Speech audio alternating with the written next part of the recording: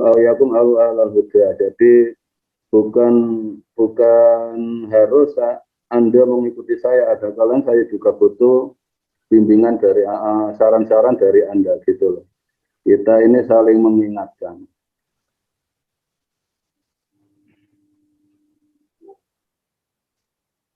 Gimana Pak Sudiman? Apa yang mau disampaikan? Iya Mbah No, nih saya ingin sedikit ada pertanyaan, barangkali bisa untuk menjadi solusi apa yang menjadi rencana atau cita-cita saya pribadi khususnya ya. Kadang kita terlalu sulit untuk mengambil satu sikap ketika kita dihadapkan dengan orang-orang yang berhubungan dengan syariat ya, Mbak No ya, mohon maaf. Iya. Bagaimana mungkin barangkali ada kiat khusus Mbak No untuk bisa menyampaikan secara pemahaman iman kita kepada Allah yang sempurna gitu ya, agar bisa dipahami dengan secara mudah oleh kalangan-kalangan syariat Mbak No. Mohon penjelasannya kira-kiranya bagaimana gitu. Iya.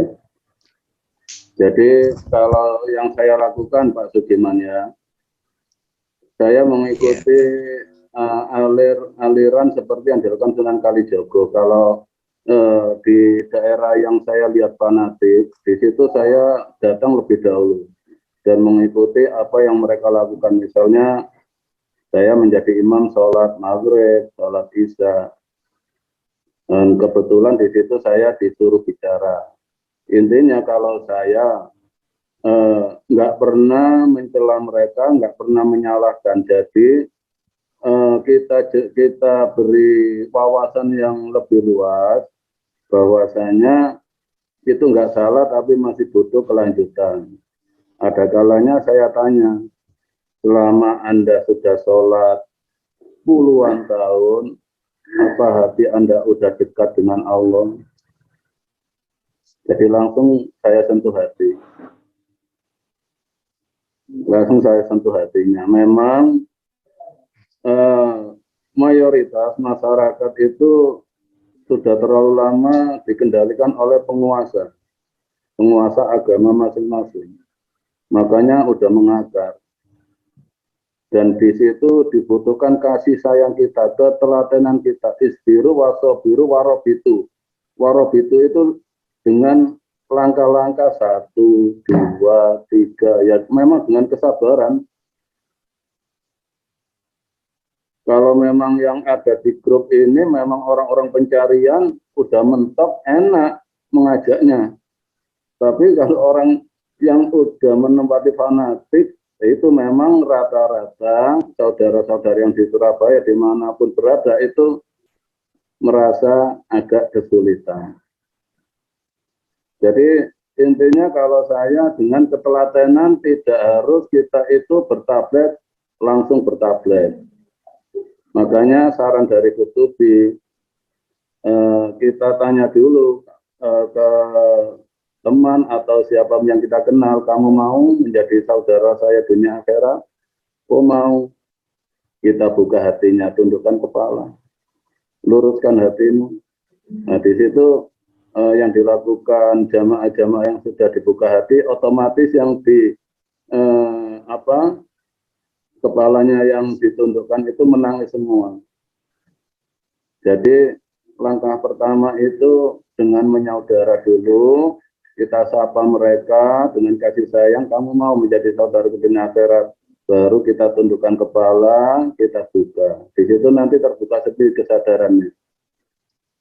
Allah yang membuka. Kalau untuk yang pemula, membuka hatinya dengan wasilah Gusti. Begitu Pak Sudiman. Jadi intinya kalau saya nggak pernah menyalahkan orang yang bagaimanapun juga. Bahkan saudara yang dari Baiklah Mbak No, ya Cina, terima kasih. Nasrani pun bisa menangis. Ini suaranya hilang-hilang nih Mbak No. Gimana Pak Sudiman?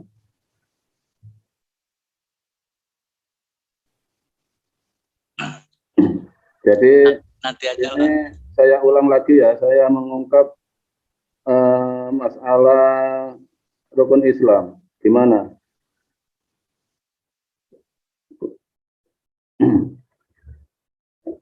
Jadi syahadat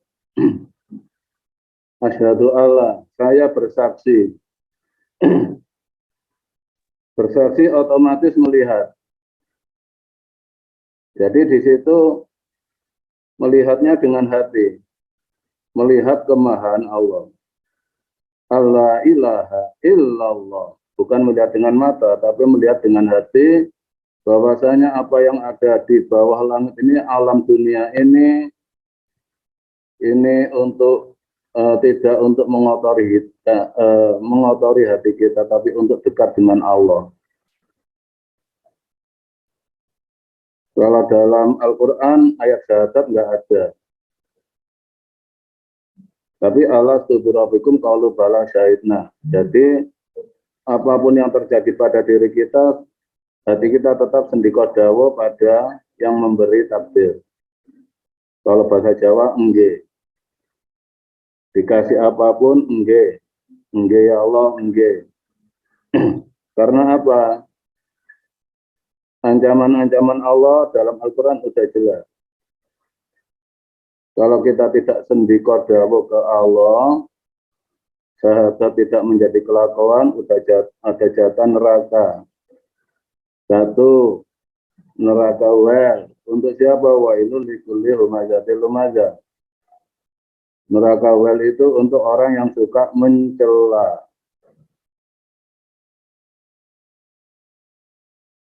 Jadi memaksakan diri harus sepaham dengan dirinya. Mencela orang lain, selalu meninggalkan sakit hati di orang lain. Itu neraka wel. Kalau neraka hutama, itu misalnya neraka angan-angan yang nggak bisa kembali ke Allah. Kita baru menanam jagung, udah dihayalkan, nanti panen dapat sekian, menghayal, begitu oleh Allah nggak dikasih panen, terkejut sakit jantung mati. Ya otomatis neraka hutama narul wal muqaddatul lati tatali alal afidah. Neraka yang muncul dari kepanjangan angan-angan, ketinggian, lupa dengan Allahnya. Kalau mati dalam keadaan seperti itu, ya neraka utama. Misalnya kita dikasih istri yang cantik jelita, lebih cinta pada istri, lupa Allahnya. Yang dipikirkan gimana istriku tetap cantik, ke mall gimana, sampai lupa ke Allahnya. Ya sampai mati kalau dalam posisi seperti itu, ya neraka utama. Dan kita misalnya dikasih ilmu yang luar biasa, dikagumi banyak orang, di situ menempati kekagumannya pada ilmunya sampai mati, ya neraka utama.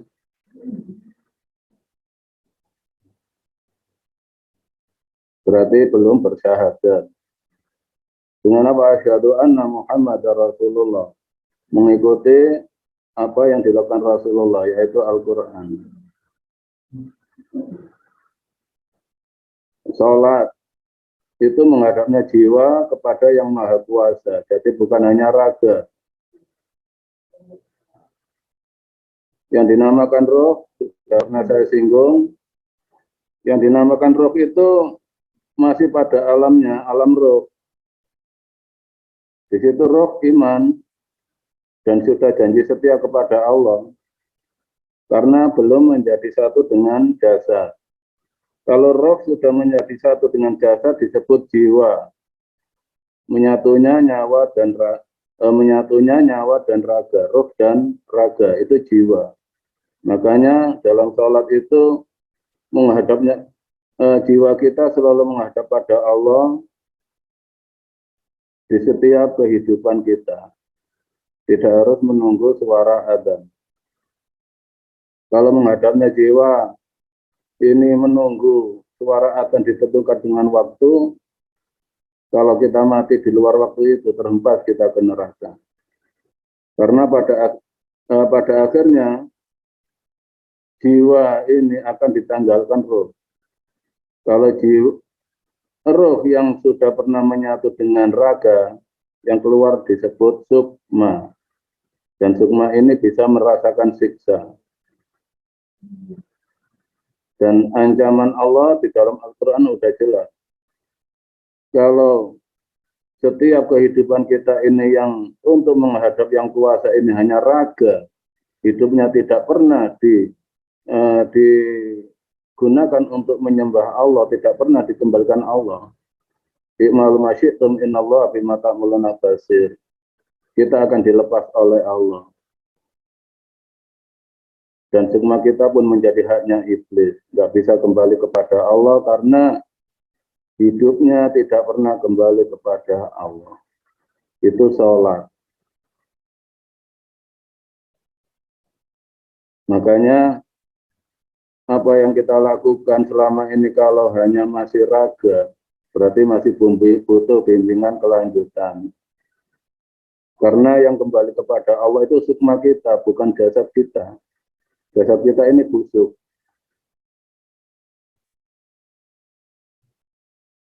Secara singkat aja, karena sudah pernah saya ulas.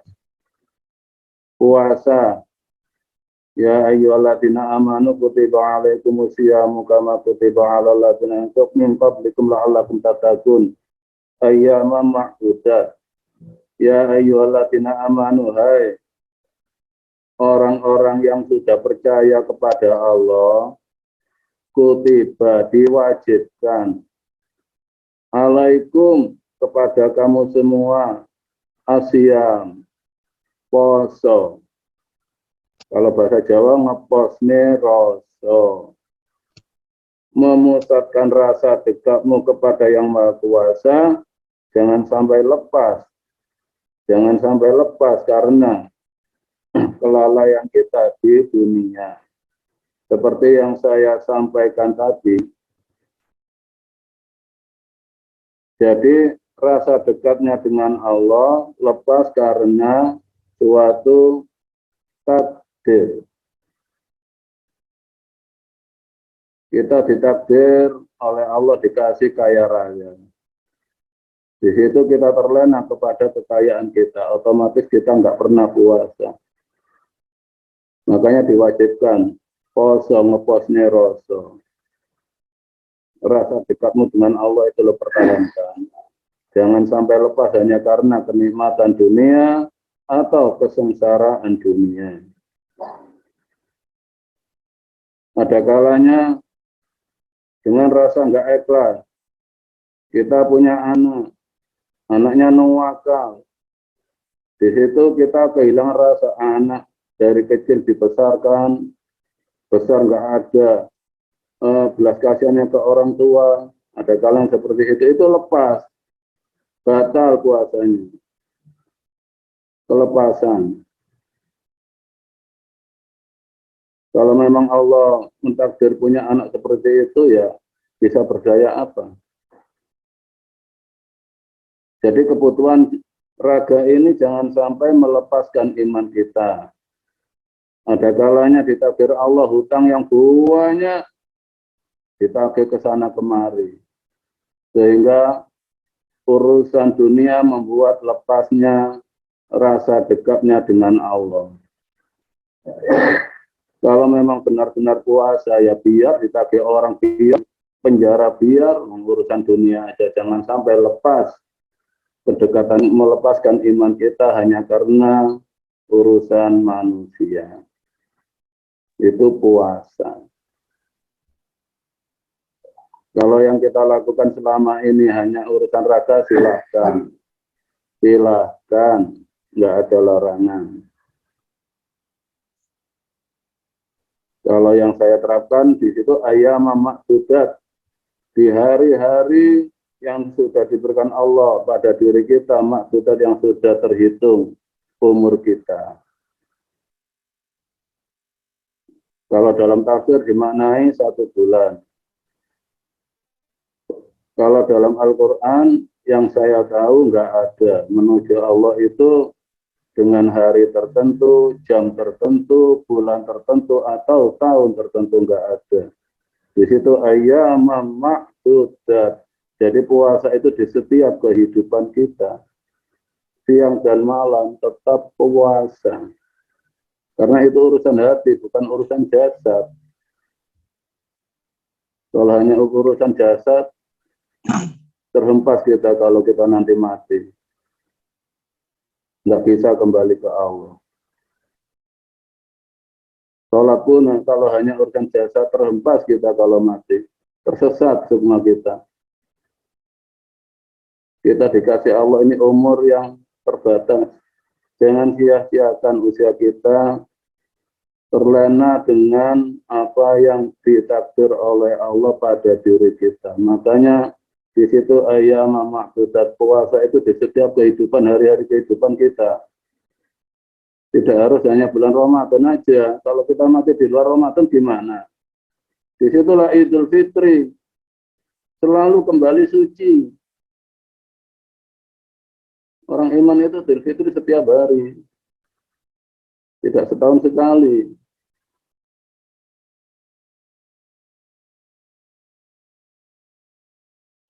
Kalau bahasa Jawa, man, sayang kalau kita sia-siakan hidup ini kalau untuk jauh dari Allah, sangat sayang sekali. Karena hidup hanya sekali, jangan untuk main-main. Perjuangkan keselamatanmu.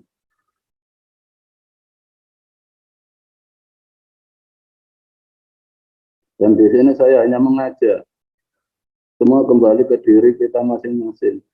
Mengajak untuk dekat dengan Allah dengan satu pembimbing yang membuka hati kita. Yang membuat bangun mata kita yang satunya, yaitu mata yang memandang kemarahan, bukan keakuan. Kalau mata yang memandang keakuan itu dajjal. Mata yang memandang keakuan, mata hati, mata iman dibuka. Dan itu memang butuh perjuangan, butuh jihad, butuh biaya. Biaya apa? Transportasi.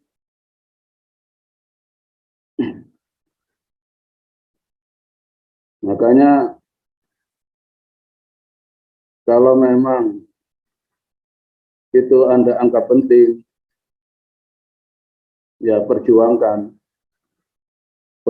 imanmu. Kalau masih ditunda-tunda, itu hak Anda. Biar bisa puasa setiap kehidupannya. Biar bisa sholat setiap harinya. Biar bisa syahadat setiap nafas yang diberikan Allah pada diri kita. Karena Islam itu sifat selamat. Sifat selamat dikala menghadap Allah. Kondisi selamat. Bukan suatu agama, tapi kondisi selamat. Dan kita memang dari kecil terdoktrin dengan penguasa suatu agama. Tidak memperjelas arah untuk menuju yang maha kuasa. Akhirnya apa? Muncul hanya fanatisme, fanatik. Kalau nggak gini, enggak. Padahal Allah itu maha luas. Tidak seperti itu.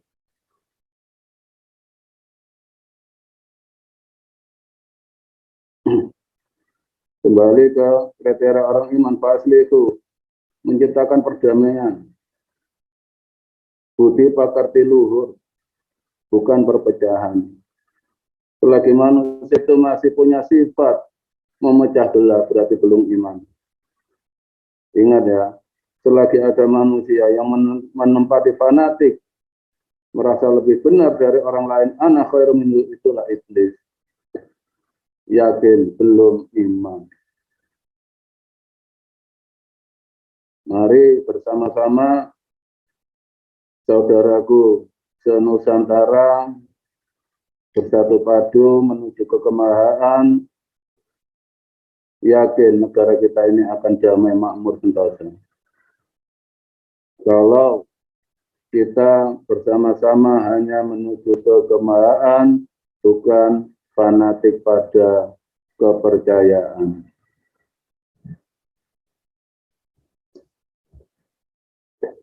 Jangan nodai keimanan kita dengan sifat penguasa.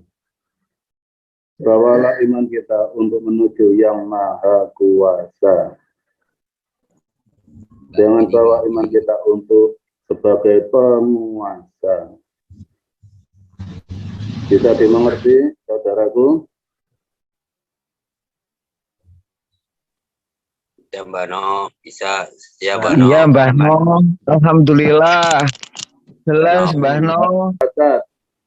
Jadi puasa udah zakat. Keluarkan sifat kikirmu. Sifat kikir pada kelebihan yang Allah berikan pada diri kita.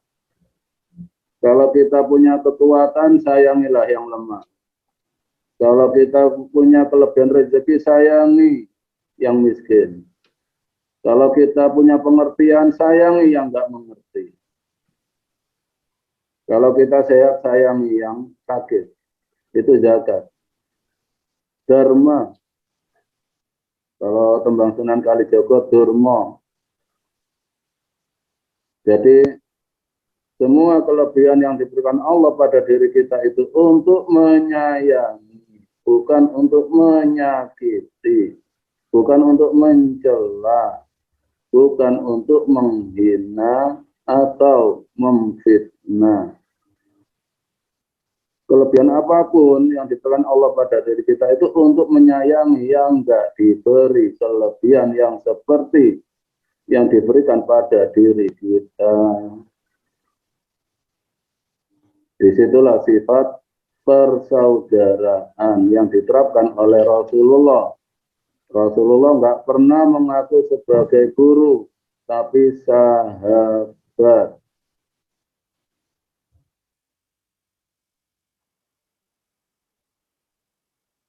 Itu zakat. Haji. Kalau dalam Al-Quran haji itu pergi ke tanah suci. Maksudnya apa? Perginya sukmamu itu loh kembali suci, kembali ke dalam tanah dalam keadaan suci. Kita lahir di atas bumi dalam keadaan suci, kembali ke dalam bumi pun kita membawa tetap dalam keadaan suci. Dengan cara apa? Tidak terkotori hati dengan yang kita alami selama hidup di atas bumi ini. Jadi kita kembali ke dalam bumi dalam keadaan suci. Itu haji. Dan ungkapan rukun Islam ini ada yang lebih rinci. Nantinya bisa disaksikan di YouTube yang lain. Ini tadi hanya singkat-singkat aja. Bisa dimengerti saudaraku? Bisa Mbak. Ya Mbak No. Mantap. Kalau kita menuju Allah hanya jasad saja. Amin. Ya, kalau kita hanya menuju Allah, Al-Quran Anda kerjakan hanya dengan jasad, menuju Allah, Al-Quran ya nggak tahu nasib Anda nanti kalau sudah kembali kepada Allah. Menghadap Allah itu dengan jiwa, menyatunya nyawa dan jasad. Makanya bimbingan di sini untuk langkah kelanjutan dari semua ilmu yang ada di dunia ini. Dari semua macam-macam agama, dari semua macam-macam kepercayaan, itu bisa dibawa menuju yang maha kuasa. Karena sumbernya ilmu itu dari Allah. Ilmu sejati itu Allah. Kita hanya dititipi. Bisa dipercaya apa enggak, itu aja. Kalau merasa lebih dari yang lain, merasa tinggi, merasa lebih pandai, berarti ya masih kafir, tertutup. Kafir kan tertutup. Keakuan yang muncul tidak keikhlasan dan kesadaran menuju yang maha kuasa.